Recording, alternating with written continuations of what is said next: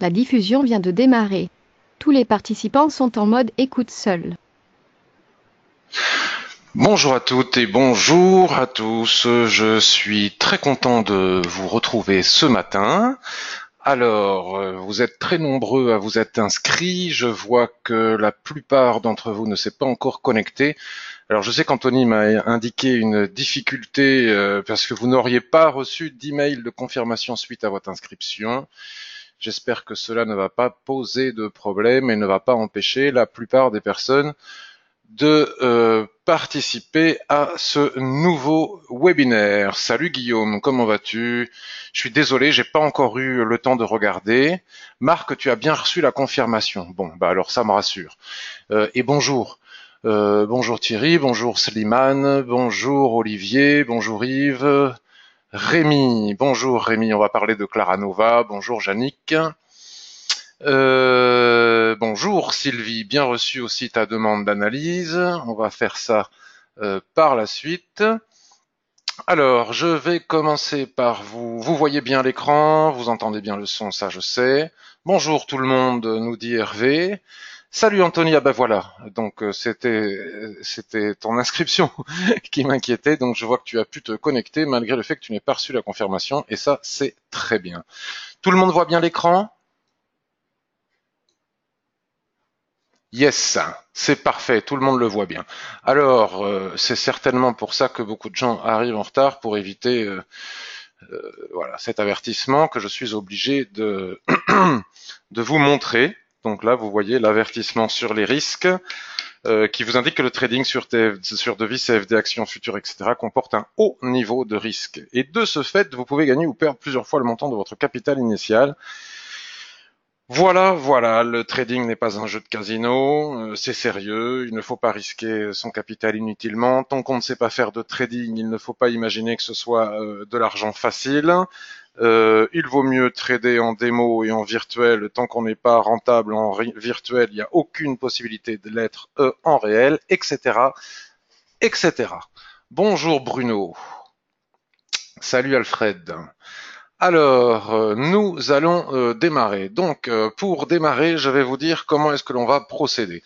Donc, je vais faire un tour très rapide, je dis bien très rapide, des opportunités, pas toutes, mais la plupart des analyses, plans de trading qu'on avait étudiés la semaine dernière. C'est pas mal quand on a la possibilité d'avoir un petit suivi. Alors, quand on fait des plans de trading en swing trading, c'est plus facile. Quand on fait en intraday, c'est un petit peu difficile de s'y retrouver parce que le temps passe et les graphiques bougent beaucoup. Pour l'intraday, bien évidemment. Ensuite, j'ai pas mal de questions. Donc ensuite, je vais aller regarder quelques paires de devises qui, à mon avis, sont intéressantes à observer. En particulier, l'USD-Yen me semble assez intéressant à observer. L'Euro-Yen, le GBP-Yen, on va regarder GBP-USD, NZD-USD, AUD-USD, Euro-USD. Ensuite, je ferai les indices, mais cette fois-ci CFD. Je ferai, on m'a demandé, Citaline m'a demandé le CAC, le Nasdaq et puis je ne sais plus trop quoi encore. On ira faire un tour et on regardera pour Anthony le Russell sur Futur. Alors, il faut que je me le note en gros pour pas oublier, mais si jamais je l'oubliais, je compte sur toi, Anthony, pour me le rappeler. Salut Jackie, bonjour Bruno, bonjour les Bruno. C'est parti pour la revue de marché. Alors juste, j'ai ma souris. Je ne sais pas ce qu'elle me fait ma souris. Pim. Alors me voici sur ma plateforme Pro Real Time. Je suis partenaire de Pro Real Time, vous le savez, comme je suis maintenant aussi partenaire de TradingView. Et mon courtier, c'est Interactive Broker, actions futures devises. Ainsi que j'ai un autre compte pour les CFD que j'ai ouvert récemment de nouveau chez un ancien partenaire et courtier FXCM. Donc, qu'est-ce que je voulais dire? Excusez-moi, j'ai un... Ah oui, alors voilà, faut que je retombe sur... Mais si je commence comme ça va pas le faire. Que je que j'ai des doutes sur ce que je vais dire au bout d'une demi-heure de webinaire, c'est normal. Dès le début, c'est plus inquiétant. Faut que je me concentre. Alors, la semaine dernière, nous avions regardé NG. Eh bien, ça tombe bien, nous sommes dessus. Je vais en profiter maintenant que les gens arrivent un petit peu plus. Evelyne, bonjour. Pour vous dire que ces webinaires-là sont des revues de marché Ishimoku qui ont comme objectif pour but que je partage avec vous ma vision du marché selon l'analyse technique que je fais au travers de l'Ishimoku Kinkoyo. En aucun cas, je donne des conseils en investissement et je ne délivre pas de signaux. Je ne suis pas habilité pour.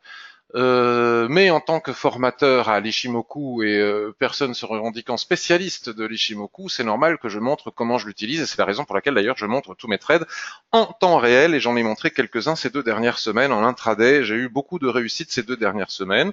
Je sais que ça ne durera pas forcément. Il y a des moments fast, des moments moins fast. Bon.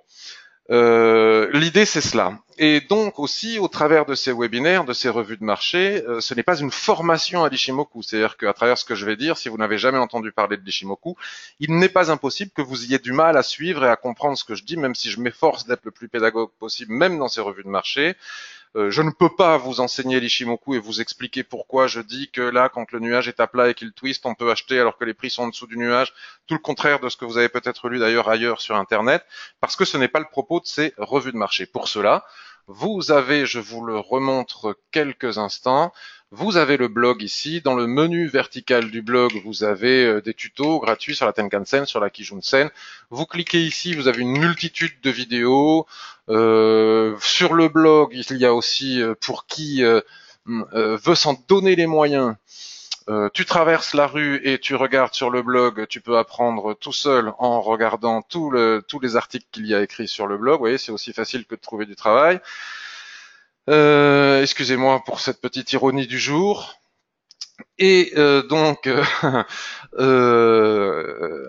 je vais vous montrer maintenant que j'ai dit tout ça. NJ, la semaine dernière, je disais sur l'action NJ, vous voyez, j'avais tracé cette ligne en pointillé comme ça, et je disais que ce niveau pouvait être considéré comme un support sur lequel il n'était pas impossible de s'appuyer pour éventuellement acheter, mais que moi je ne le ferai pas parce que selon mon expérience des marchés, souvent lorsqu'il y a un support juste en dessous d'un autre support précédent, les prix vont chercher ce support. Souvent, les traders débutants achètent sur un support et ne comprennent pas pourquoi les prix baissent avant de remonter, mais parce que lorsqu'il y a un support à proximité, même si nous avons des chandeliers de retournement, ce n'est pas viable, ce n'est pas profitable, parce que ces chandeliers de retournement doivent être observés sur le support le plus bas, sur le creux le plus bas, et non pas un creux intermédiaire. C'est la raison pour laquelle ici je considérais qu'on ne pouvait pas acheter. Étant donné aussi la survente, c'est-à-dire l'éloignement excessif des prix vis-à-vis de la Tenkan-sen, puisque même si je ne fais pas de formation ici et maintenant, vous savez que la Tenkan-sen est surtout et avant tout un niveau de support bien évidemment ou de résistance, mais aussi un excellent indicateur de surachat ou de survente.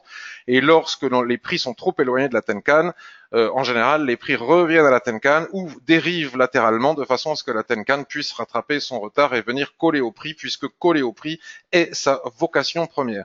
C'est la raison aussi pour laquelle je déconseille formellement. Je ne donne pas de conseils en investissement, mais je peux par contre déconseiller de vendre les accélérations baissières lorsqu'elles clôturent loin de la Tenkan-sen ou les accélérations haussières lorsqu'ils clôturent loin de la Tenkan-sen. Donc étant donné cette survente excessive, il n'est pas impossible que les prix remontent ou dérivent latéralement de façon à ce que la Tenkan-sen puisse revenir coller au prix et à ce moment-là, peut-être que les prix retourneront chercher le support ici. En tout cas, j'en sais rien. Mais étant donné que cela est très probable, puisque vous savez que le trading est surtout et avant tout une question de probabilité, nous n'avons pas de certitude. Nous devons toujours nous poser la question avant d'entrer en position, est-ce que la probabilité de réussite si j'entre maintenant est forte ? Donc là, si j'entrais maintenant, je ne peux pas répondre positivement à cette question étant donné qu'il y a un support juste en dessous, donc la probabilité de réussite n'est pas forte. Donc je m'abstiens et je n'entre pas. C'est pas plus compliqué que cela. Par contre, le plan demeure, puisque vous savez que les actions, on les étudie pour le swing trading, le plan demeure et si les prix reviennent chercher ici la borne basse et dessinent des chandeliers de retournement, à ce moment-là, il sera possible d'envisager un achat pour aller chercher la zone d'équilibre puis la borne opposée du range. Ça, c'est pour NJ. Nous avions aussi Tessie. Alors, je sais toujours pas ce que cette société fabrique, vend ou voilà. Donc là, nous avons encore une autre situation qui est favorable, facile, qui ne peut pas nous provoquer de pertes, puisque la semaine dernière, mardi dernier, nous avions décidé dessiner ce rectangle. Le nuage était bien ici, en plein milieu, et avait twisté. C'était un twist naissant. Et nous indiquer que la probabilité, puisque vous savez que c'est une situation qui se produit dans plus de 60% des cas, la probabilité pour que les prix s'appuient ici sur la borne basse et en cas de ressaut nous offre un signal d'achat pour repartir chercher la zone d'équilibre puis la borne haute, était importante. Or, ça ne s'est pas produit comme ça, puisqu'il n'y a pas de certitude, il n'y a que des probabilités. La borne basse que j'ai tracée ici de ce probable range, qui n'en est pas un, parce que pour qu'il y ait range, il faut au moins 2 points de contact, mais avec Ishimoku, tel que je l'enseigne dans la formation, on peut les anticiper. Les prix ont cassé en force, donc la question ne se pose même pas, d'où l'importance de toujours attendre la clôture des chandeliers japonais, ou en tout cas de bien les attendre sur une unité de temps inférieure. Mais là, même sur les unités de temps inférieures, nous n'avons pas eu de signaux de ressaut, donc de toute manière, le plan est avorté. Donc si le plan est avorté, on passe à un autre plan, et ainsi de suite, jusqu'à ce qu'un plan se déclenche. Donc nous avions Steph. Alors je ne sais pas non plus ce que fait cette société, donc vous voyez, c'est pas très très rapide, c'est normal, nous sommes sur des graphiques hebdomadaires, mais les prix s'approchent doucement mais sûrement vers la borne basse de ce rectangle, encore une fois, que j'ai tracé ici. Nous pourrions, s'il y a un signal de retournement chandelier japonais, qu'on peut anticiper sur les unités de temps inférieures, je dirais le daily, sur les actions pas avant, ou en clôture hebdomadaire. Ça, c'est quelque chose que j'enseigne aussi dans les formations Chandelier et Ishimoku. Comment anticiper sur les unités de temps inférieures, tout en sachant qu'il y a un danger à anticiper sur les unités de temps inférieures. Enfin, tout cela est expliqué. Si nous avions un ressaut ici, nous pourrions envisager de mettre un stop sous les SSB du nuage ici, et à nouveau attaquer, rentrer en position pour aller chercher la zone centrale, puis la borne opposée. Bien évidemment, je répète que pour le trading des actions, c'est plus compliqué que pour le trading des devises, selon moi, dans le sens où l'analyse technique telle que je suis en train de la faire ici et maintenant ne suffit pas. Il faut, suite à l'analyse technique, aller regarder, observer, et faire une analyse fondamentale du secteur et de l'entreprise. On ne peut pas se défaire de cette analyse fondamentale lorsque l'on trade les actions, à la fois sur l'entreprise, sur le secteur, savoir s'il y a des dividendes, des rachats, des machins, des bidules, des résultats d'entreprise, etc. L'analyse technique ne se suffit pas. Par rapport à l'action précédente Tessie, la cassure s'explique peut-être pour des raisons fondamentales liées au secteur et à l'entreprise et au-delà de l'analyse technique. Donc voilà, c'est important de tenir compte de cela. Nous avions aussi Bélier, que j'appelle Bélier, je ne sais pas si on dit Bélier ou Bélier. Bélier, j'aurais tendance à dire. Voilà. Euronext Paris en hebdomadaire. Et donc là, nous sommes dans une situation similaire. Vous voyez, grosse chute phénoménale. Alors là, nous avons eu une montée phénoménale. Donc là, nous avons une chute phénoménale. Nous avons une borne basse de probable range ici. Je dis bien probable, donc ce n'est pas confirmé, ça n'est que probable. Les prix, un petit peu comme NJ, je crois, qu'on a vu tout à l'heure, sont en survente. Donc c'est normal. On n'achète pas un avalement lorsque cet avalement ne se produit pas sur un creux important, et le creux, il n'est pas là, il est là, donc il n'y a rien à faire pour le moment, si ce n'est prendre le risque d'acheter en dehors d'un support, parce que ce n'est pas parce qu'on avale ici et que les prix retracent qu'ils ne vont pas repartir à la conquête ici de la borne basse qui est juste en dessous. Donc là, si on achète ici, la probabilité de réussite n'est pas forcément importante. Plastic Omnium.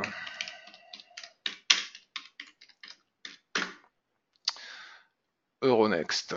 Plastic Omnium. Alors là, par contre, vous voyez, c'est un petit peu plus favorable. Alors, ce n'est pas le type de configuration que je préfère. Si vous avez lu ma formation, surtout là, sur les actions, faut pas hésiter à rajouter les volumes. Ce que j'explique dans la formation, c'est très, je le fais plus, mais c'est quand même quelque chose d'intéressant. Les prix ont bien tapé la borne basse, mais vous savez que pour moi, ce n'est pas suffisant. Ça ne veut pas dire qu'il ne faut pas le faire, mais moi, ce que j'aime, c'est quand il y a ressaut, c'est-à-dire mèche basse avec clôture du chandelier au-dessus du support. Ici, nous avons mèche basse, clôture du chandelier au-dessus du support, avalement, doji. Ici, nous avons mèche basse, mais cette mèche ne passe pas de l'autre côté de la borne, c'est-à-dire du support, donc on ne peut pas considérer que c'est un ressaut. Donc, ça n'a pas, ce n'est pas la configuration que je préfère, donc je m'abstiens. Vous savez, vous avez remarqué que je traite très peu. et tout en tradant très peu, je gagne très bien. Donc je n'ai pas de désespérance, d'envie, les doigts ne me picotent pas, je n'ai pas cette nécessité d'entrer en position. Soit j'ai les signaux qui conviennent à mes règles, soit je ne les ai pas. Bon, de temps en temps, je transgresse quelques règles, mais il faut que j'ai une raison précise pour la transgresser. Donc ici, nous n'avons pas de ressaut, donc je n'entre pas en position, mais ceci dit, c'est pas interdit de le faire. Voilà. Ici, nous avons la configuration qui est bien mise en place, mais moi, il me faudrait le ressaut. Ensuite, nous avions Kering. Donc là, nous avons vu que des dérives latérales. Dans le cadre des suivis de tendance, vous savez que le luxe se porte bien. Toutes les personnes qui travaillent dans le luxe n'ont pas besoin de traverser la rue pour aller faire la plonge. Donc nous avons fait, excusez-moi, hein, ça va me passer, mais ça m'a agacé. Donc nous avons ici une tendance parfaitement haussière qui est visible grâce à l'orientation du nuage qui est parfaitement haussier. Lorsque nous avons une tendance haussière comme ça et que les prix nous offrent un repli sur la Kijun-sen plate ici dans une situation tendancielle, c'est souvent une très bonne opportunité d'achat.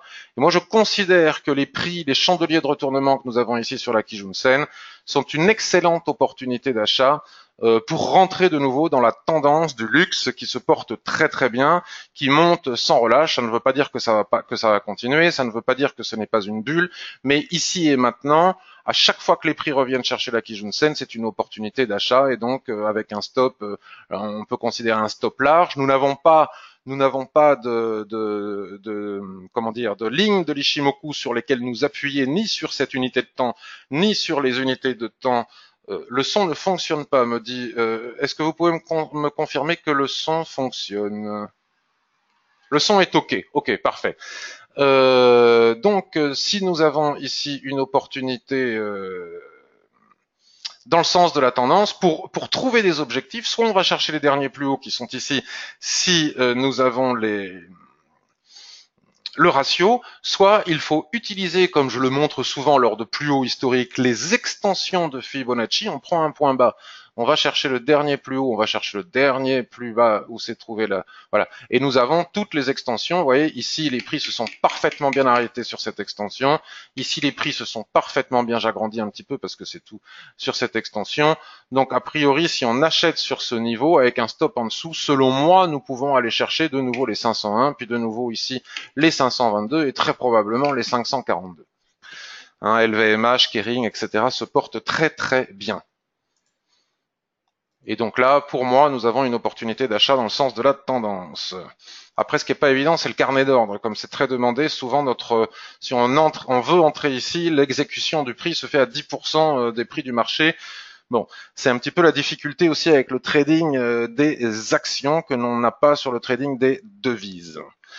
Donc la semaine dernière, nous avions vu aussi une opportunité intraday sur l'AUD-USD. Donc vous voyez, j'ai laissé, là je peux pas tricher, hein, toutes les positions que j'ai prises sur les 2 semaines précédentes.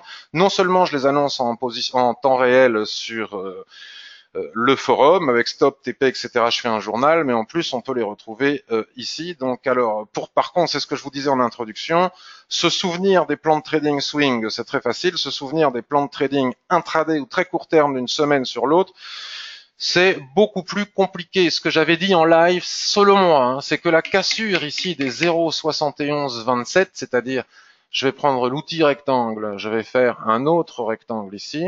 Nous avions bien une résistance ici et j'avais indiqué en live que selon moi, la cassure des 0,7130 engendrait un objectif je ne sais où de très court terme que j'avais trouvé je ne sais comment, je m'en souviens plus, donc j'ai fait, ça a cassé, je suis rentré sur une unité de temps 5 minutes en anticipant la cassure. Grâce à la cassure de l'unité de temps 5 minutes, ce que j'enseigne dans la formation Ishimoku et plus particulièrement dans la formation chandelier japonais, en sachant malgré tout que l'information délivrée par l'unité de temps supérieure prime toujours sur celle de l'unité de temps inférieure.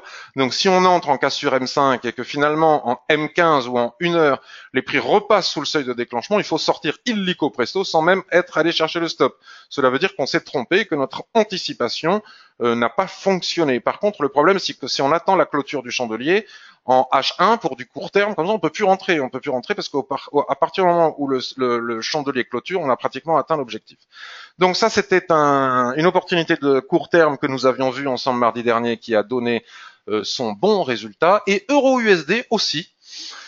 Alors, on va repasser sur du H4. Souvenez-vous, parce que ça, c'est une configuration que, à force, nous connaissons ultra par cœur, parce que on est dedans depuis le 23 août 2018. Donc, nous ne pouvons pas être extrêmement surpris de cette configuration. Sur du H4, nous sommes dans une dérive latérale parfaite, où là, maintenant, Ishimoku nous permet souvent, grâce au twist naissant, d'anticiper les dérives latérales avant tout le monde et de battre tout le monde, et notamment les chartistes qui sont encore dans la tendance, qui ont une vision de tendance là où nous savons grâce au twist du nuage et à l'Ishimoku que la probabilité de fin de tendance pour une consolidation avant de reprendre la tendance ou de partir dans une tendance, comment dirais-je, inverse, nous pouvons anticiper sans avoir plusieurs points de contact en haut et en bas. Après, une fois que le nuage a twisté plusieurs fois et qu'il est complètement à l'horizontale, c'est-à-dire qu'en un clin d'œil, vous voyez, si j'enlève mon rectangle, en un clin d'œil, j'ouvre un graphique Ishimoku, je vois un nuage à l'horizontale qui twiste sans arrêt, je sais qu'automatiquement je suis dans une période de trading range.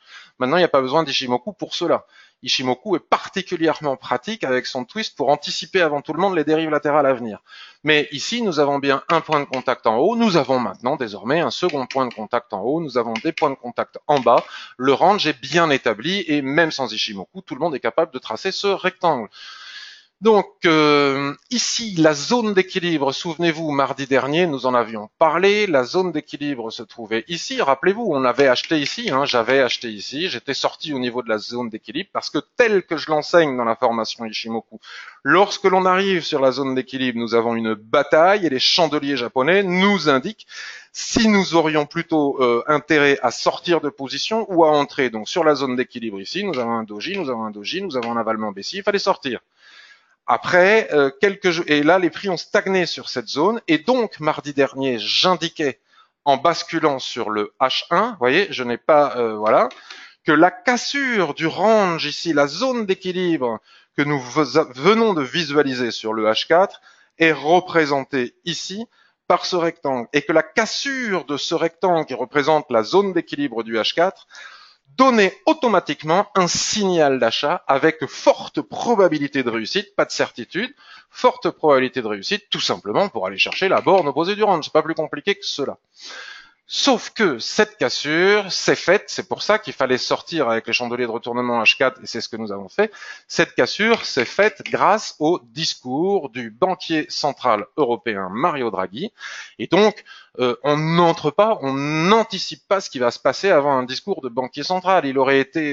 Son discours aurait pu provoquer un mouvement inverse et une cassure par le bas du range. Il se trouve que son discours, je ne sais pas trop ce qu'il a raconté, mais son discours a provoqué, il suffit de le constater, une cassure en force de la zone d'équilibre H4, donc de la borne haute du range H1, et là ici il était beaucoup trop tard pour entrer, mais ceci dit, ce que nous avons anticipé était très intéressant. C'est bien produit, pardon. Dans la formation Ishimoku, je vous enseigne que lors d'un range, on va se rebasculer sur le H4 parce que c'est important, parce que des fois il y a des trades extrêmement faciles. C'est la raison pour laquelle le trade que j'ai fait là-haut de 10 points, très rémunérateur, je me suis permis de vous l'envoyer via la newsletter pour vous faire comprendre que le trading c'est une question de patience, de logique et de déduction, un peu comme la mécanique. En range, il y a plusieurs possibilités. Soit on achète en bas avec cet avalement, soit on vend en haut avec l'avalement, avec le doji, avec l'étoile du soir qui est ici, avec le marteau qui se trouve ici, avec l'étoile du matin qui se trouve ici, etc. Soit on n'a pas acheté en bas ou on n'a pas vendu en haut, les prix sont sur la zone d'équilibre, il n'y a strictement rien à faire. Soit dans un range, il y a systématiquement toujours une tendance. Donc ici, nous avons une tendance haussière qui conduit les prix du bas vers le haut du range de la même manière qu'ici. nous avions une tendance baissière qui conduit les prix du haut vers le bas du range. L'intérêt, c'est que nous savons où est-ce qu'elle commence, la tendance, et où est-ce qu'elle va probablement s'arrêter. C'est-à-dire que là, on n'achète pas un repli en sachant qu'on a déjà tapé la borne haute du range. Bon, tout cela est expliqué en détail dans la formation. Donc, soit on achète en bas ou on vend en haut, soit on ne fait rien sur la zone d'équilibre, soit lorsque les prix ont cassé la zone d'équilibre et qu'ils se replient sur la Kijun-sen qui s'entrelace sur la ligne de tendance, qui n'a pas été le cas ici, à ce moment-là, on peut entrer en position parce qu'on sait que la probabilité, tant que les prix n'ont pas atteint le haut, ici c'est trop tard, ils ont atteint le haut, mais admettons qu'ils soient arrivés ici, ils se soient repliés sur la zone d'équilibre et sur la Kijun-sen, on peut entrer en position, par exemple avec ce marteau, pour aller chercher le haut. C'est une question de logique. Ou bien, il est possible de trader les zones horizontales. Donc c'est quand même, il y a beaucoup de choses à faire en range. Vous voyez, par exemple ici, admettons, maintenant c'est du passé. Les prix n'ont pas encore atteint la borne haute du range, mais il faut pas être ballot. Nous savons, alors on n'achète pas forcément lorsque les prix sont surachetés, mais nous savons qu'une fois que la zone d'équilibre est cassée, et les prix montent, ils s'arrêtent sous résistance. A priori, ils ne devraient pas s'arrêter sous résistance très longtemps. C'est exactement ce que je vous ai dit en introduction avec NJ. On n'achète pas l'avalement qu'on a vu sur NJ en sachant qu'il y a la borne basse d'un probable range juste en dessous. Parce que la probabilité est forte que les prix aillent la chercher. Il n'y a pas de certitude, mais c'est quand même une forte probabilité. Donc à partir du moment où ici la résistance viendrait à être cassée sur des unités de temps beaucoup plus courtes, 5 minutes, 15 minutes, etc., c'est pratiquement évident que c'est pour aller chercher le haut du range. C'est la raison pour laquelle j'ai pu faire ce trade en m'appuyant. Je n'ai pas pu entrer comme j'aurais voulu entrer, alors je ne sais plus où c'est, parce que le problème c'est que là, alors on va essayer de rechercher mon trade, il est là. Vous voyez, je voulais indiquer en direct, regardez, il me restait un tout petit bout de gâteau à prendre, on va se mettre sur 1000 unités pour avoir un petit peu plus de recul. Excusez-moi, ça bouge dans tous les sens. On va se mettre sur 1000 unités. Voilà. Donc les prix après Mario Draghi, vous voyez, on va chercher Mario Draghi. Ici, c'est la poussée Mario Draghi. Les prix retracent. Ils stoppent sous ce niveau de résistance. La cassure de ce niveau de résistance. Les prix stoppent ici sur les 1,1710, on va dire. Et la résistance en haut, elle était à 1,1720. Il y avait 10 points à prendre, 1,1710. Ils n'ont pas encore atteint la résistance. Mais franchement, pourquoi voulez-vous qu'ils retracent avant d'avoir atteint la résistance que tout le monde voit, qui attire les prix comme un aimant énorme? Donc il était évident que dès le 5 minutes ou dès où est-ce qu'est mon point d'entrée? Ici, dès le 1 minute, il était évident que si cette zone cassait, c'était que la probabilité devenait extrême pour aller chercher le haut du range. Et donc là, ici, j'ai pris 10 pips. Mais c'est quelque chose que l'on peut faire ici, qu'on pouvait très bien faire avec ce chandelier, par exemple. Bon, mais là, c'était difficile d'entrer, mais parce que le chandelier est trop massif. Mais voilà comment on peut utiliser les ranges en les tradant, en les achetant en bas, en les vendant en haut selon certaines circonstances, en suivi de tendance lorsque la zone d'équilibre est cassée, ou en prenant des morceaux, des parts du gâteau, lors des cassures des zones horizontales, tant qu'on n'est pas arrivé en haut ou en bas, parce qu'il est à peu près évident que les prix vont aller chercher les bornes de ce range. Et une fois qu'ils y sont arrivés, regardez, ils ont retracé illico presto, puisqu'ils ont tapé la borne haute du range. Donc on me demande, et maintenant? Donc on va se remettre sur 200 unités, parce que sinon c'est trop important. Je viendrai voir vos questions après. Alors, on me demande et maintenant. Donc et maintenant, ben j'en sais rien du tout. Donc on va effacer tout ce qu'on a tracé qui ne sert plus à rien. On a bien compris que dans les ranges il y avait des tendances et que les tendances s'arrêtaient. Ben, et maintenant rien, il n'y a rien à faire. Et maintenant, là maintenant on ne peut pas. Soit il fallait vendre cet avalement. Les prix sont venus chercher la fameuse zone d'équilibre. Il y a bien eu tel que je l'enseigne dans la formation, mais vraiment exactement tel que je l'enseigne dans la formation. Bataille sur la zone d'équilibre, chandelier d'hésitation, hop, avalement, chandelier de retournement, on encaisse. Cela veut dire que la probabilité pour qu'on reparte en haut, voire qu'on casse, est importante. Là, maintenant, re-rentrer ici, nous n'avons pas de soulèvement, on ne peut pas rentrer. Il faut attendre soit d'avoir à nouveau, mais bon, moi j'ai plutôt, vous savez, une vision haussière sur l'euro USD. À nouveau un chandelier de retournement en borne haute. Je dirais que maintenant que cela a été fait, vous savez que les rotations partielles indiquent une forte probabilité de casser dans le sens inverse, donc il se peut que ça casse dans le sens inverse. J'aurais plutôt tendance à attendre une cassure du range, un 17-22, et à ce moment-là, pour savoir quelle est la cible que nous pourrions atteindre, il faut basculer sur les unités de temps supérieures, et ce n'est pas extrêmement évident. Nous avons ici une résistance à un 17,42, donc vous voyez, il y a beaucoup de résistance à un 17,42, un 18. Un 18 est une probabilité importante. Ceci dit, maintenant, c'est moins évident à trader, selon moi, que la semaine dernière. Il y a quand même beaucoup de résistance sur les unités de temps supérieures. Nous sommes ici aussi dans la phase montante du range, donc on a déjà, on peut tracer un rectangle ici grâce au twist de l'Ishimoku, mais enfin, nous sommes ici sous résistance. On va même décaler un petit peu la droite, on va la mettre pile poil sur le niveau de prix ici, et le niveau suivant qui saute aux yeux est la Kijun-sen, hein, pour faire de l'intraday, et éventuellement la SSB qui est ici. Donc vous voyez, il y a quand même beaucoup d'obstacles. Parfois il n'y a pas d'obstacles, parfois il y a beaucoup d'obstacles. Donc regardez tous les obstacles que l'on a. Ici c'est très serré. La cassure des 1,1720 engendre un 17,40. On peut prendre ça, hein, en intraday. Ici c'est quand même très serré. Et là, tout de suite, ici et maintenant, je n'ai plus de vision très précise et aussi claire que celle que j'avais la semaine dernière sur l'euro USD. Je ne sais pas. C'est peut-être le moment. Je l'ai beaucoup tradé ces dernières semaines. C'est peut-être le moment de passer à autre chose. Donc, je vais vous proposer, maintenant, je vais revenir voir vos questions après. Bonjour Hervé. Alors, Hervé, si jamais j'ai le temps, je vais le faire, donner mon avis sur LumiBird, anciennement Cantel, sauf que il est plus facile pour moi que vous m'envoyez vos demandes d'analyse en amont, par email, comme je vous invite à le faire parce que sinon c'est trop long, je ne peux pas répondre à tout le monde. USD Yen. Alors, USD Yen, c'est très intéressant. USD Yen, on va se mettre sur du H4 et c'est très facile à analyser. Il suffit d'être patient, une fois de plus. USD Yen. Vous voyez, la semaine dernière, des gens me parlaient de cette droite de tendance sur laquelle il serait possible de vendre, notamment, je crois que c'était Florian, sur Internet. Ici, je dis attention quand même parce que encore une fois, exactement ce que je viens de dire dans les exemples précédents. Il y a une résistance juste au-dessus, celle des 111,80, donc je ne vois pas pourquoi le marché n'irait pas la chercher. Attention, laissons le marché aller chercher les 111,80. Le marché a cassé en force les 111,80. Et là, d'un seul coup, vous voyez, il suffit d'observer, c'est pas compliqué. Les prix, ici, nous avons un mouvement tendanciel. Tac, avec les prix qui s'entrelacent, la Kijun-sen qui s'entrelace dans cette droite de tendance, un avalement ici qui nous donne un signal d'achat, mais, juste au-dessus, ici, à 112, ça veut pas passer. Donc si ça veut pas passer, ça veut pas passer. Il y a eu une tentative ce matin, regardez les prix, hop là, les acheteurs ont tenté, là les volumes ont dû fortement augmenter, les acheteurs ont tenté de casser la résistance, les vendeurs leur ont dit non, ils sont pas d'accord, ils sont entrés massivement en position, ils les ont repoussés, et maintenant les deux camps hésitent. Je te tiens, tu me tiens par la barbichette, rira bien qui rira le dernier. Donc soit les vendeurs vont gagner le combat, ils vont passer sous la droite de tendance et la Kijun-sen, et à ce moment-là, bon, il y aura une phase au moins pour revenir chercher le nuage, mais ça n'a pas ma préférence. Moi, je pense que la cassure des 112 devrait engendrer les 113.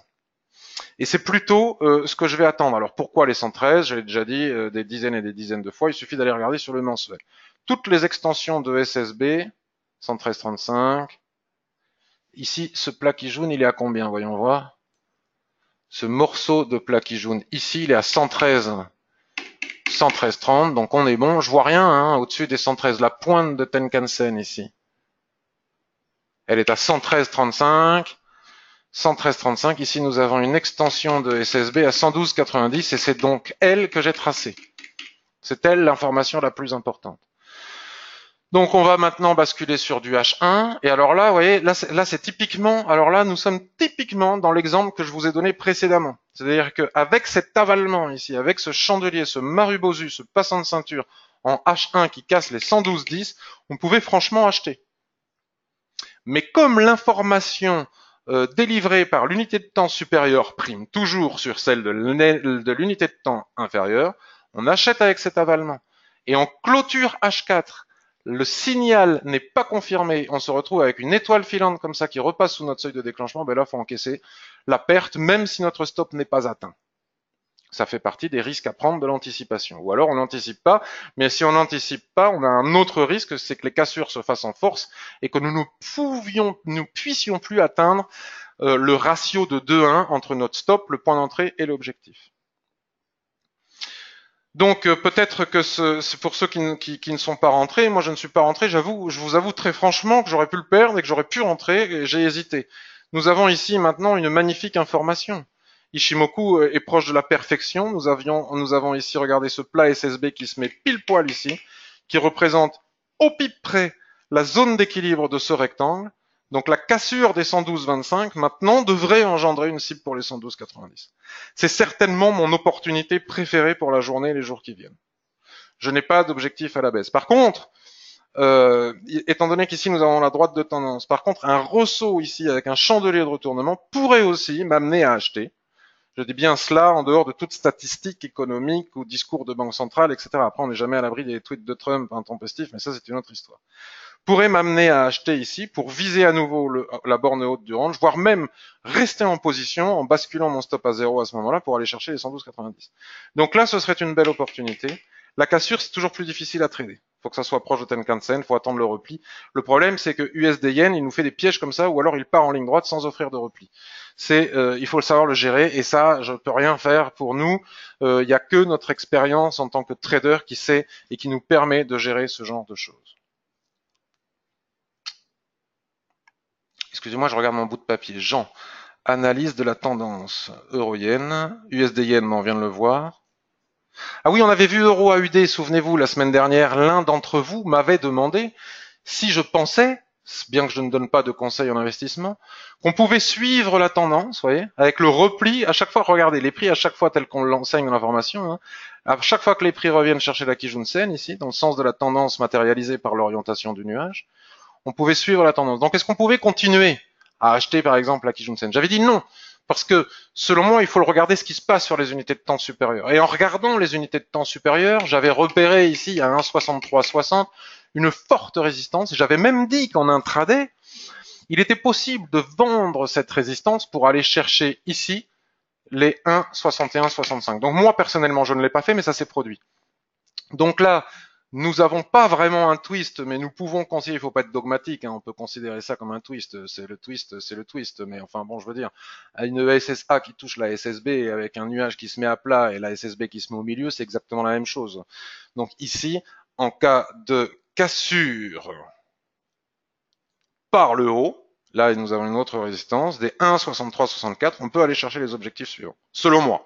En cas de cassure par le bas des 1,6140, à ce moment-là, on peut venir chercher les objectifs ici. Ou alors, on peut trader le range. Donc, il y a aussi des opportunités sur cette paire croisée.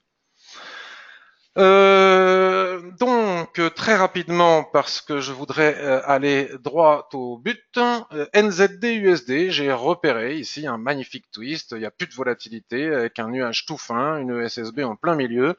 Nous avons eu ici une magnifique étoile filante. Il n'était pas impossible de la vendre avec un stop au-dessus de la mèche la plus haute ici et viser la SSB qui est ici. Pour savoir si c'est très pertinent ou moyennement pertinent, on peut regarder ce qui se passe sur les unités de temps supérieures. On voit que la tendance est parfaitement baissière. On voit que les prix à quelque chose près, à chaque fois qu'ils viennent chercher la Kijun-sen dans le sens de la tendance, on repart dans le sens de la tendance. Les prix ici viennent de taper la Kijun-sen. Bon. Donc pourquoi pas vendre le range H4 qu'on vient de voir en haut. Maintenant, regardons sur hebdomadaire. Si les prix n'ont pas tapé un support majeur avant de rentrer en position. Il semblerait qu'il y ait quand même de la survente, donc il n'est pas improbable que les prix, vous voyez, la Tenkan est très éloignée des prix, il n'est pas improbable que les prix cassent ce range par le haut, surtout que la survente est vraiment massive au niveau des stochastiques, pour aller chercher la Tenkan-sen. C'est un petit peu le danger de ce trade, et c'est la raison pour laquelle je ne suis pas entré dedans. Voilà. Le range, ok, on peut le trader bille en tête, mais on peut aussi, comme le fait Anthony sur le forum, faire une analyse sur les unités de temps supérieures pour voir s'il est plus ou moins pertinent de le trader tel qu'on le voit ici. Nous avons aussi le GBP USD. Alors, le GBP USD en H4. Je ne sais pas où ils en sont des discours. Il paraît qu'ils sont en train de se mettre d'accord sur le Brexit. Souvenez-vous, ça fait partie d'une des rares pertes que j'ai eues la semaine dernière. Je suis entré en position ici sur cassure du range. Je voulais indiquer en temps réel sur le forum et bim, les prix leur ont intégré le range, ont tapé mon stop pour finalement ressortir après. Toute la difficulté d'entrer sur cassure. Donc maintenant, le nuage, après être sorti de cette dérive latérale, s'oriente. Nous sommes donc dans une phase tendancielle, en tendance.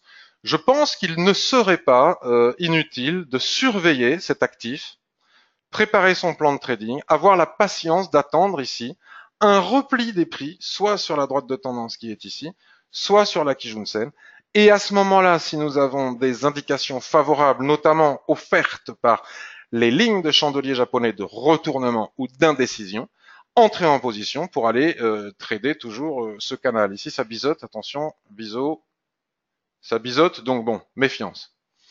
Si on observe maintenant les unités de temps supérieures, on va voir si notre plan est viable ou pas. Alors, ils sont où les prix et où est Shikuspan? Les prix sont en train de taper ici un plat Kijun. C'est pas facile de rentrer en position. Et juste au-dessus, nous avons une autre résistance. Donc là, les gens diront, ah oui, Kishimoku, il y a toujours des lignes partout, on peut pas rentrer en position. Bah, tant mieux, comme ça on perd pas. C'est l'intérêt.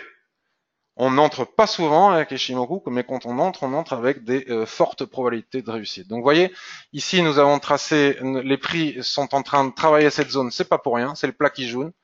Et ici à 1,32, il y a je sais pas quoi. Donc nous aurions plutôt intérêt à attendre que les 1,32 cassent avant de faire quoi que ce soit sur GBP-USD. Donc pas de plan immédiat sur le GBP-USD.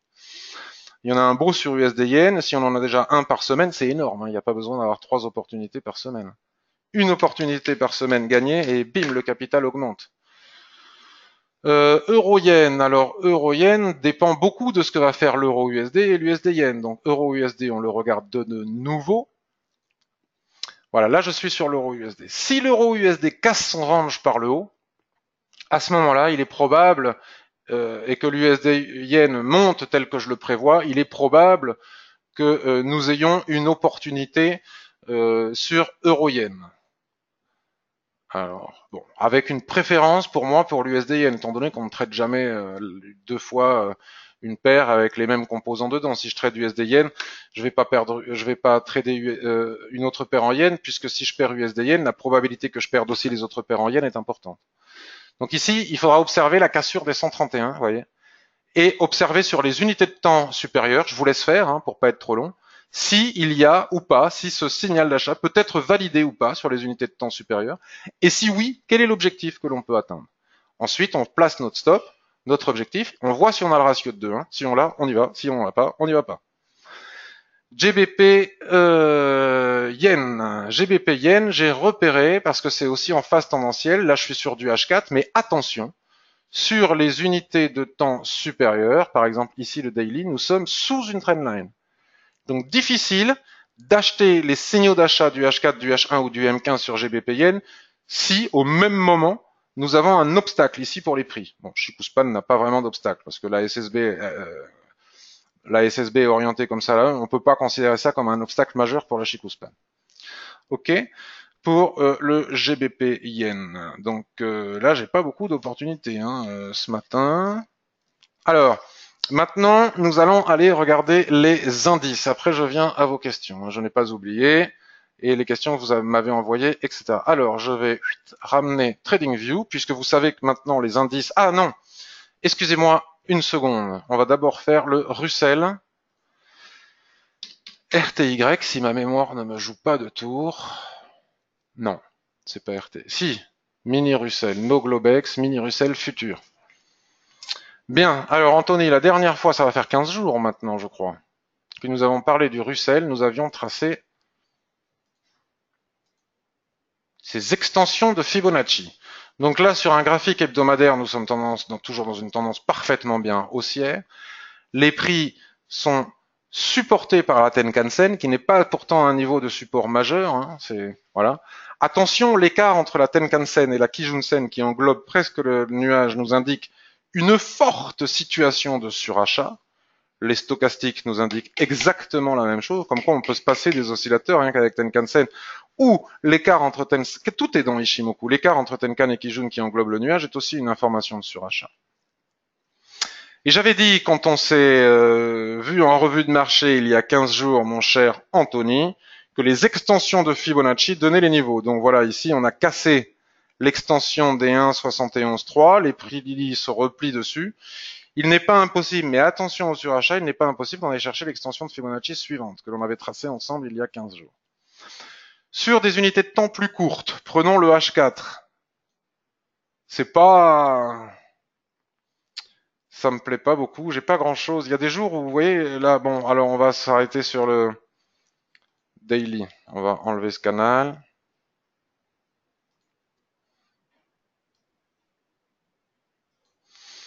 Ouais, c'est compliqué. C'est mieux quand la Kijun-sen s'entrelace dans la... Bon, voilà. La Kijun-sen ici, si en clôture journalière, ce chandelier est confirmé...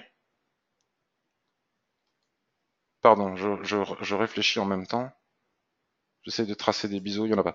Je confirme, donc si le chandelier ici clôture au-dessus de la Kijun-sen, on peut considérer ça comme un signal d'achat pour repartir chercher les derniers plus hauts qui sont ici, ou carrément l'extension de Fibonacci suivante. À beaucoup plus court terme maintenant, intraday, 15 minutes, qu'est-ce qu'on a en 15 minutes? En 15 minutes, on a l'apparition d'un twist, donc nous savons avant tout le monde qu'il est probable que nous ayons une dérive latérale comme ça. La cassure par le haut de la dérive latérale est d'ici des 1,60, des 1715, excuse-moi, je connais pas très bien cette active, pourrait donner le signal d'achat par anticipation, c'est-à-dire du fait que les prix vont se maintenir au-dessus de la Kijun Daily, avec le danger que ça représente toujours, sachant que l'information délivrée par l'unité supérieure prime sur l'unité inférieure, etc., etc.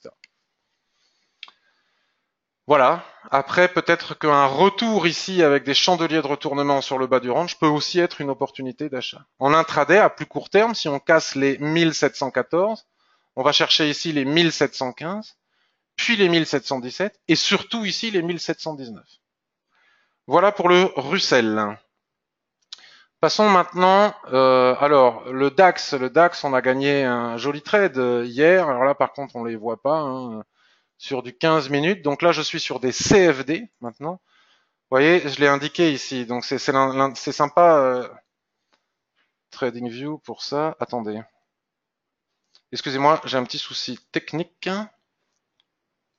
Ah, je voyais plus les questions, j'avais peur. Ce qui est sympa sur TradingView, c'est qu'on peut indiquer où est-ce qu'on entre, où est-ce qu'on met notre stop. Bon, les quantités sont fausses, hein, je sais pas, elles se mettent comme ça, mais ça n'a rien à voir avec ce que je fais. Je sais pas d'où elles viennent. J'ai demandé au support technique comment faisait-on pour les enlever. Et donc, vous voyez, hier, le DAX était dans, selon moi, une tendance globalement haussière. Et quand les prix ont atteint le bas du range ici, j'ai acheté. Je l'ai indiqué en temps réel sur le forum et sur TradingView. J'avais un ratio ici, vous voyez, je montre avec le doigt, vous risquez pas de voir avec le doigt. Ici, j'avais un ratio de 1,80 entre mon niveau de stop, mon point d'entrée et mon objectif.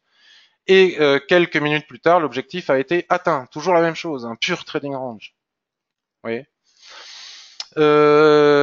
Alors, maintenant, le DAX. Alors, j'ai toujours pas compris. Vous êtes nombreux à m'avoir envoyé un email pour me dire comment on fait pour retrouver des graphiques à peu près normaux quand on change d'unité de temps. J'ai fait à peu près tout ce qui m'a été dit, mais ça marche pas. J'ai cliqué sur la roue, j'ai fait ceci, j'ai fait cela, mais ça marche pas. Donc là, je suis en H4. Il me dit quoi le DAX? Il me dit rien qui vaille. Alors, ce qu'il me dit ici et maintenant, en intraday, le DAX, ligne horizontale. Là, nous sommes sur un niveau de résistance. Hein, c'est voilà, c'est très clair. Ici, support, tac, qui a été cassé. Regardez, support, support, et on voit bien que les prix travaillent ce niveau. Donc la probabilité est importante. Si les 12 172 sur la cotation de Oanda en CFD, bientôt on l'aura avec TradingView avec FXCM. Il y a un point ou deux d'écart. C'est normal, les CFD, c'est le broker qui fait les cours. 12 170, la cassure des 12 170 pourrait engendrer un objectif à 12 200. Il y a 30 points à prendre ici jusqu'à ce morceau de SSB, voire 12 216. Bon, sachant que 12 200 est un chiffre rond, donc voilà. C'est le genre de choses que je pourrais faire sur une unité de temps 5 minutes, par exemple. Donc, vous voyez, donc là, voilà ce que je vous disais. Dès qu'on change d'unité de temps, c'est tout vilain. Et j'ai toujours pas trouvé, j'ai pas compris ce que vous m'avez expliqué. Je suis désolé. Vous voyez, on retrouve ici la droite que l'on a tracée et donc la cassure ici des 12 180 engendre 12 217. Il y a 20 points à prendre ici, à mon avis, relativement facilement. Mais je ne devrais pas dire ça parce qu'après, si ça marche pas, je vais me faire engueuler. Pour faire une analyse de plus long terme, il faut regarder le SP500. Donc là, nous avons quoi? Nous avons un triangle Je l'ai pas préparé à l'avance, celui-là, vous voyez, donc je le découvre en même temps que vous. Tac, triangle. Les prix ont cassé ce support dont nous avions parlé la semaine dernière. Ils ont presque atteint le support suivant, mais ils l'ont pas vraiment atteint. Ils se replient sur la Kijun-sen. Est-ce que s'ils vont ici à la Kijun-sen, ils vont repartir chercher des objectifs baissiers? C'est possible, mais j'en sais rien. SP500, parce que c'est le SP500 qui va donner le ton. Mais gentil, vous savez que j'ai des gentils détracteurs sur Twitter, on en a tous hein, sur les réseaux sociaux, qui expliquent en se gargarisant qu'il est faux de penser que les indices seraient corrélés ou que le momentum des indices américains ne donne pas le ton pour les indices européens. Ben, moi, je vous dis le contraire.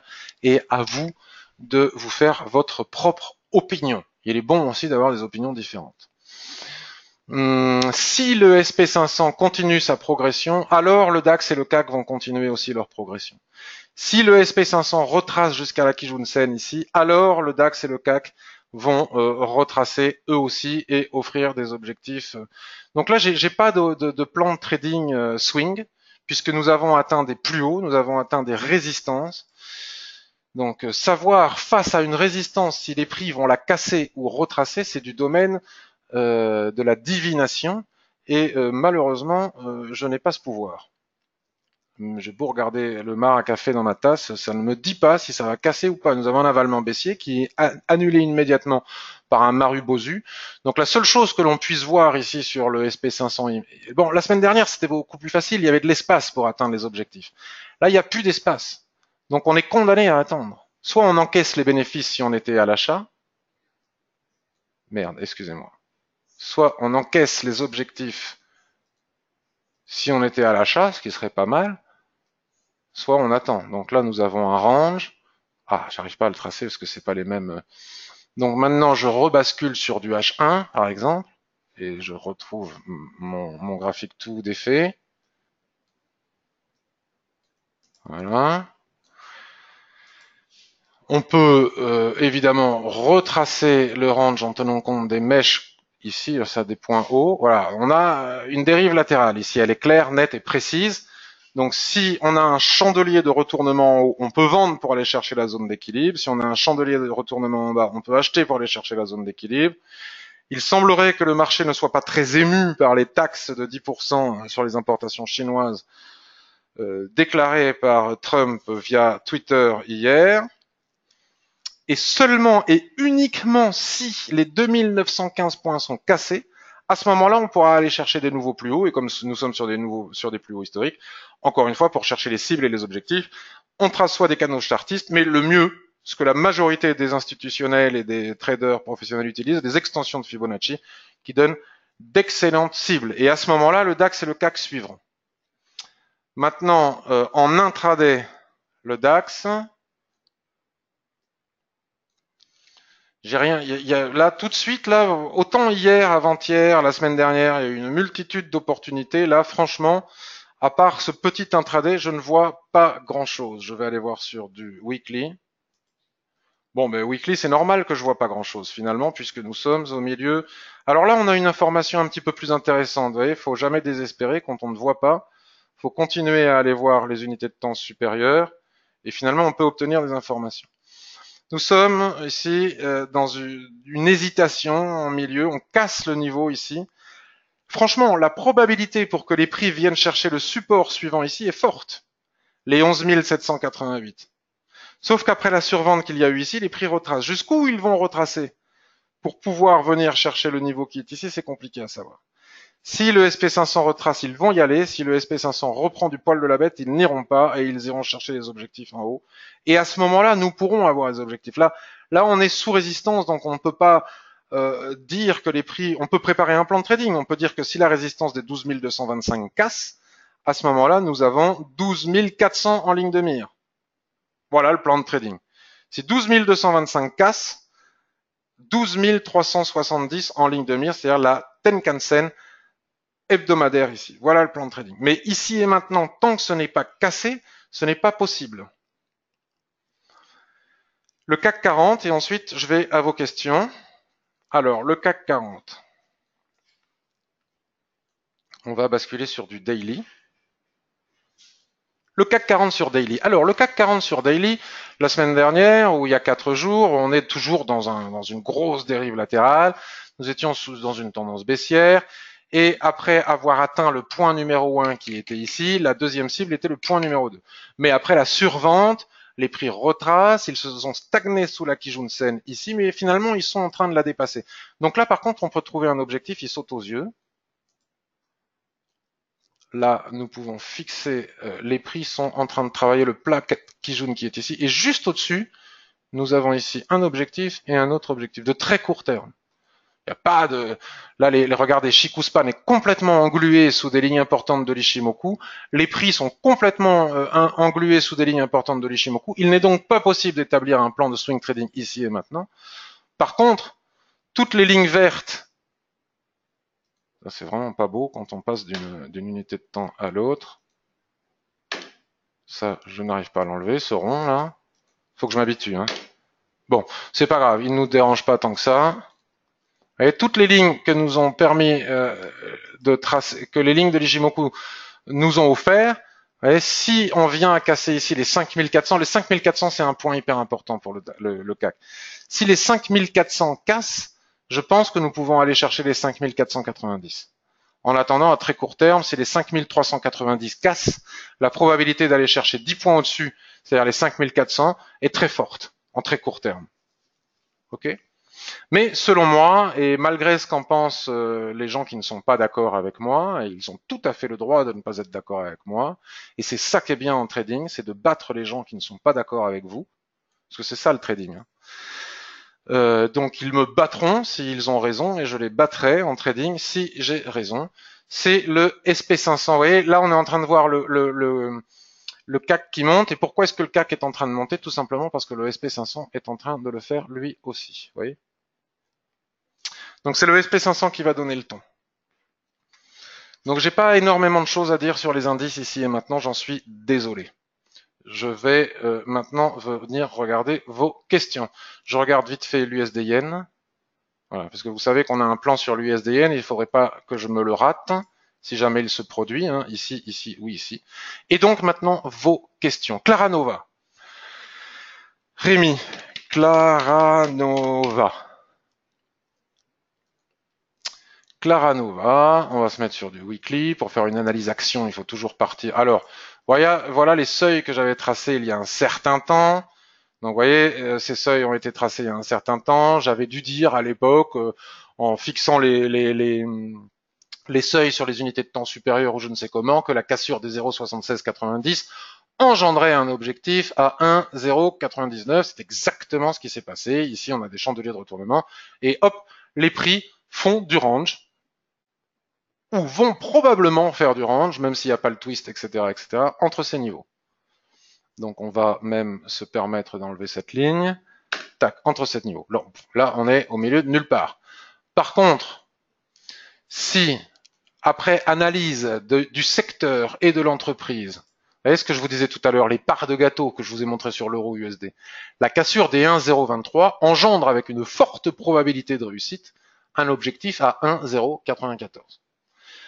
Après, ici, si nous avons des chandeliers de retournement avec de magnifiques mèches comme ça, on peut vendre pour aller chercher le bas ici. Et sur ce niveau, plutôt que sur ce niveau, pour les mêmes raisons que celles évoquées en début de webinaire, les supports juste en dessous, sur ce niveau, si on a des ressauts et des chandeliers de retournement, ben on peut acheter pour aller chercher le haut. C'est pas plus compliqué que ça. Maintenant, si les prix réussissent à casser les 1,099, on va dire les 1,10, quel est l'objectif que l'on peut atteindre? Alors là, contrairement à d'autres actions, nous avons des références Ishimoku. Ben, vous voyez, hein, la droite que j'avais tracée ici, c'est pas compliqué, c'est l'extension de SSB qui est ici. Et elle nous démontre encore une fois la diabolique précision de l'Ishimoku Kinkoyo.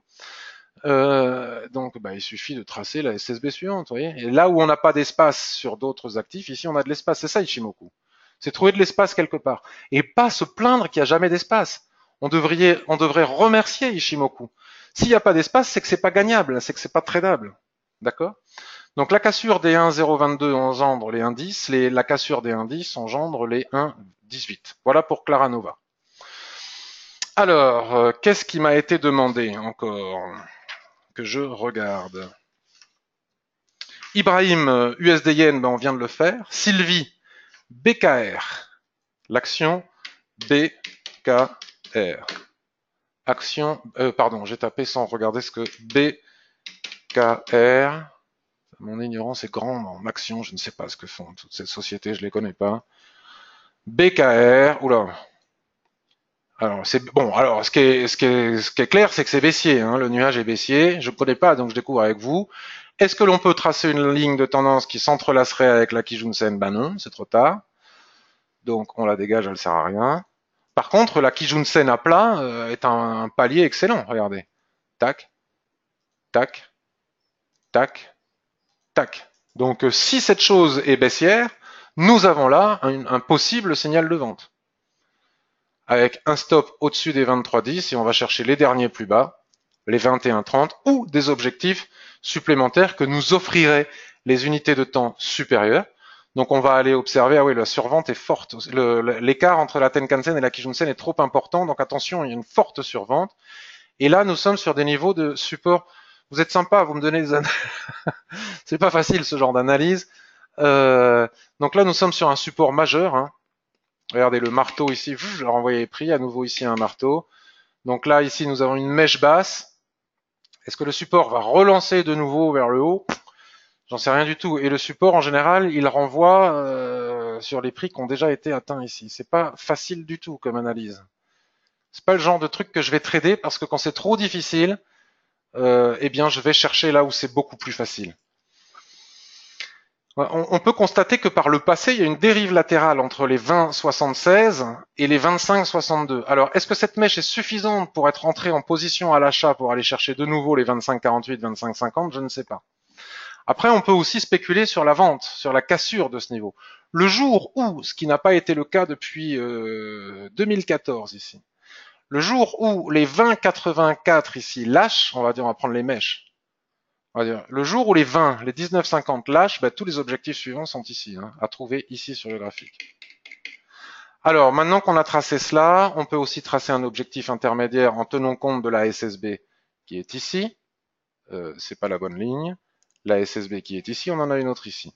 Donc maintenant, on peut basculer sur les unités de temps inférieures, par exemple le journalier. Qu'est-ce qu'il nous raconte?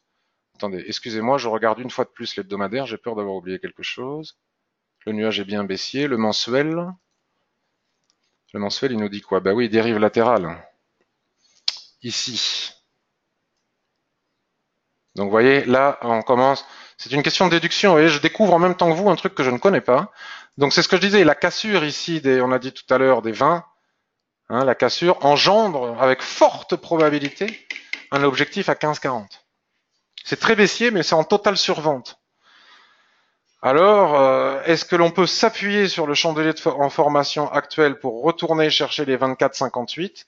C'est ce que nous allons voir en journalier. Là, il y a un espace de trading. Vous voyez, par exemple, ici, il n'y a pas d'espace de trading.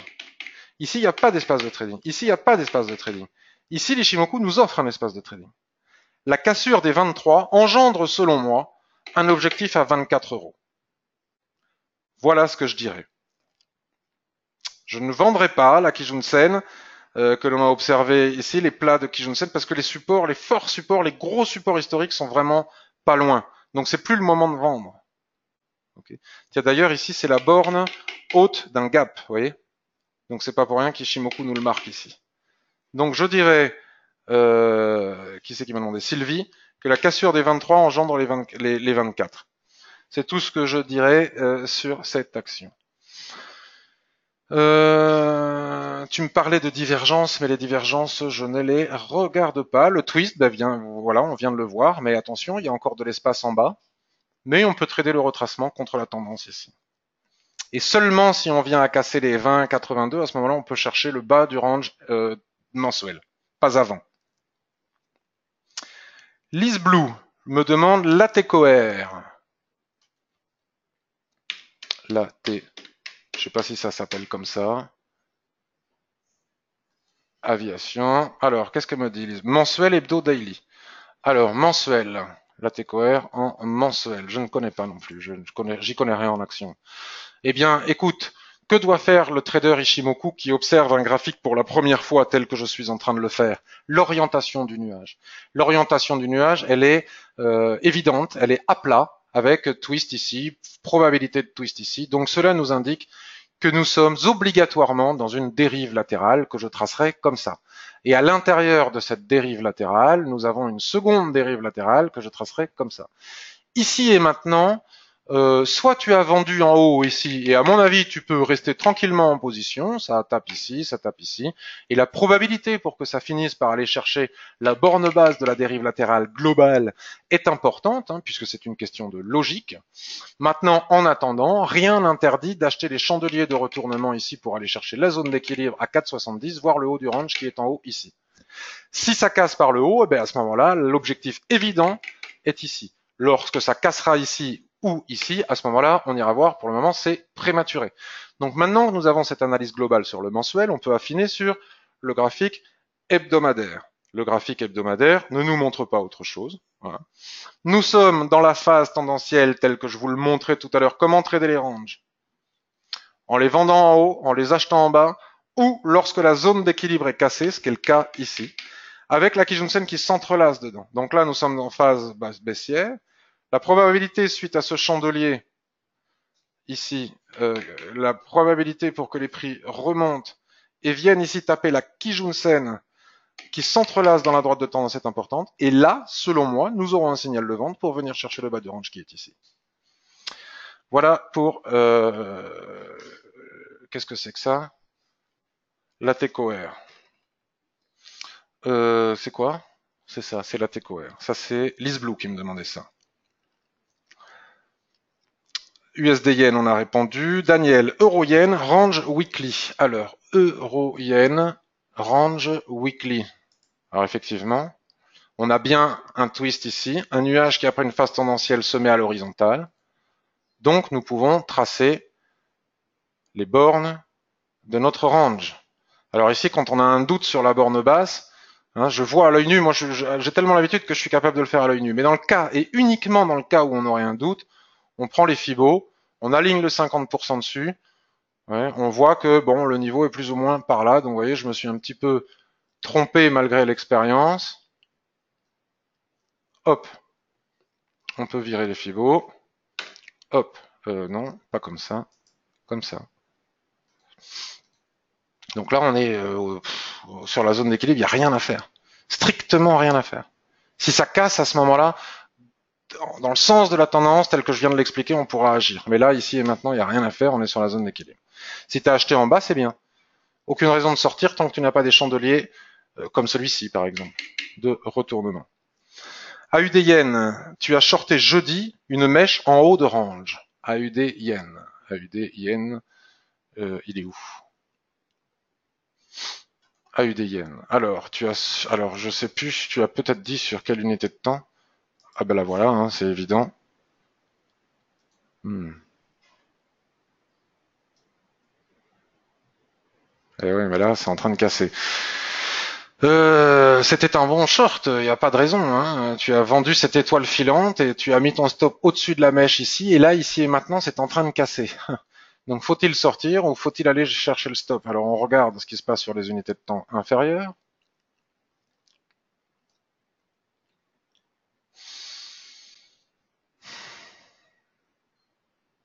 Si je veux tricher, je fais ça, mais je peux pas tricher. Donc la probabilité pour que les prix aillent chercher la borne haute du canal ici, je crains que.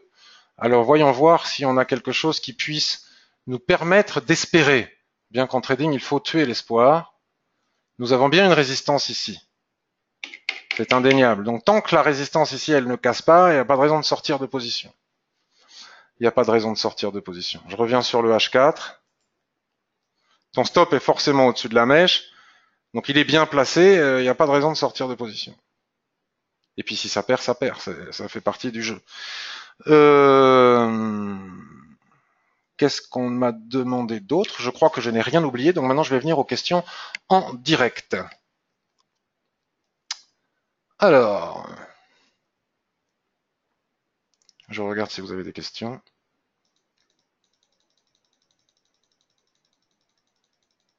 bonjour. Alfred, bonjour. Jackie, Evelyne, Francis, Brigitte. C'est mon premier webinaire avec vous. Francis, bienvenue Francis. J'espère que ça vous plaît. Marc, tu adores Macron, bien sûr. Le problème de son, c'était l'ordinateur. Lumibird, Hervé, là, j'ai plus beaucoup de temps. Hein. Ça fait déjà 1h10 que nous sommes ensemble. Ne pas oublier de me l'envoyer. Bonjour Patrick, selon toi, quelles peuvent être les conséquences des mesures douanières sur les marchés US? C'est plus de l'analyse fondamentale. Pour le moment, aucune. Pour le moment, c'est haussier. Voilà. Surtout que 10%, ils ont l'air. Bonjour Pasic, comment vas-tu?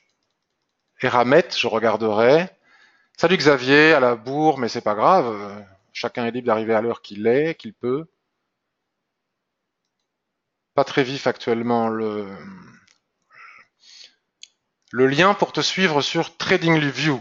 Alors, le lien pour me suivre sur TradingView, je sais pas moi-même. Le lien pour me suivre sur TradingView, accueil. Alors, il faut aller sur TradingView, et moi je suis Cypressa là. Sur TradingView, j'apparais ici là. Cypressa. Dans les meilleurs auteurs. Waouh. Cypressa. Et si on clique sur Cypressa, il se passe quoi? Voilà le lien pour me suivre sur Cypressa. Alors, où est-ce que là, est-ce que si je le mets là, moi, ça marche? Paf, je fais entrer, envoyer à tous. Tac. Normalement, vous avez dû le Je n'aime pas le marc de café, Burke, au fond des tasses. Alors, la boule de cristal. Tu ne regardes pas le SP500 pour le DAX ou c'est juste pour le scalping? Si, je regarde le SP500 pour le DAX, Marc, comme je l'ai fait tout à l'heure en détail. Oublie pas le dos. Alors, je peux pas répondre à tout le monde. AXA, j'ai la Juve, Safran. Il faut me l'envoyer en amont, par email. Safran, Euronext, Safran, 4 heures, c'est haussier, sous résistance. Bim, tout de suite. Ça, au moins, ça saute aux yeux. C'est haussier, sous résistance. Ça, on sera tous d'accord. La question est de savoir si, tiens, là, j'avais tracé une extension de SSB. Regardez, j'avais tracé une extension. Donc là, c'est ça, c'est facile. La cassure des 118,55 engendre une cible à 120,70. Paf, c'est plié, Safran. C'est les fameuses extensions de Fibonacci qu'on a tracées la dernière fois.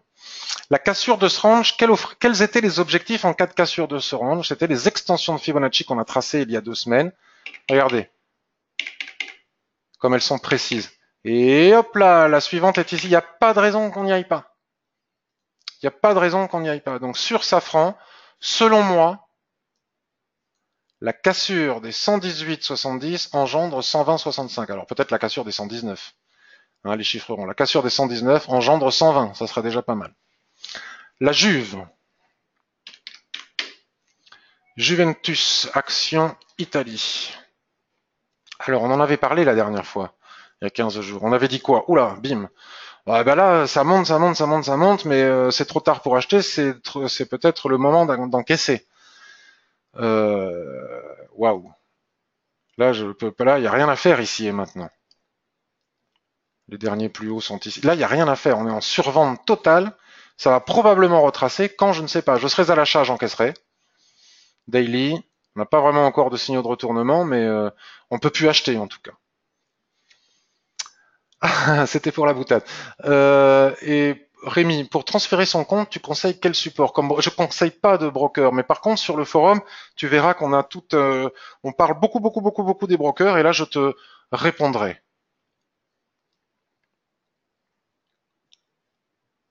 Nous avons la même analyse, répond Guillaume. Mais bien sûr, tu es un spécialiste de l'Ishimoku, Guillaume. Donc forcément, nous avons la même analyse, puisque l'outil nous parle de la même chose. Et on finira par AXA, que me demande Pierre. AXA. Mais pensez, si ça ne vous embête pas, à me faire vos demandes en amont, avant la revue de marché. Alors là, nous sommes dans une dérive latérale. Je suis sur du journalier. Le graphique est totalement à l'horizontale. On a cassé une résistance ici. Et les prochaines résistances des prix sont ici. Ici et ici. Donc, là, probablement que nous allons atteindre les 22,65, peut-être après retracement. Si on n'est pas dedans, on peut attendre que les prix retracent soit sur l'ancienne borne haute du range ici sur les 22,30, soit sur le bas de ce canal qui va s'entrelacer avec la Kijun-sen, pour pouvoir acheter les signaux. Pour savoir si on achète sur un support ou pas, il faut regarder les chandeliers japonais. Si c'est des chandeliers de retournement, ça nous donne le top. Si c'est pas des chandeliers de retournement, ça nous donne pas le top. Et une fois qu'on aura cassé les 22,65, nous aurons probablement un signal d'achat pour aller chercher les 23. Donc je pense que les prix devraient atteindre les 23. Maintenant, pour confirmer cela, je bascule sur un graphique hebdomadaire, parce que parfois, ce qui est vrai sur une unité de temps ne l'est pas sur l'unité de temps supérieure, qui doit toujours valider. On a une résistance importante ici à 23. Vous voyez, on retombe sur nos pieds. 23, on vient de casser une résistance, on est en train de casser la résistance des 22. La probabilité pour que les prix aillent chercher les 23 est importante.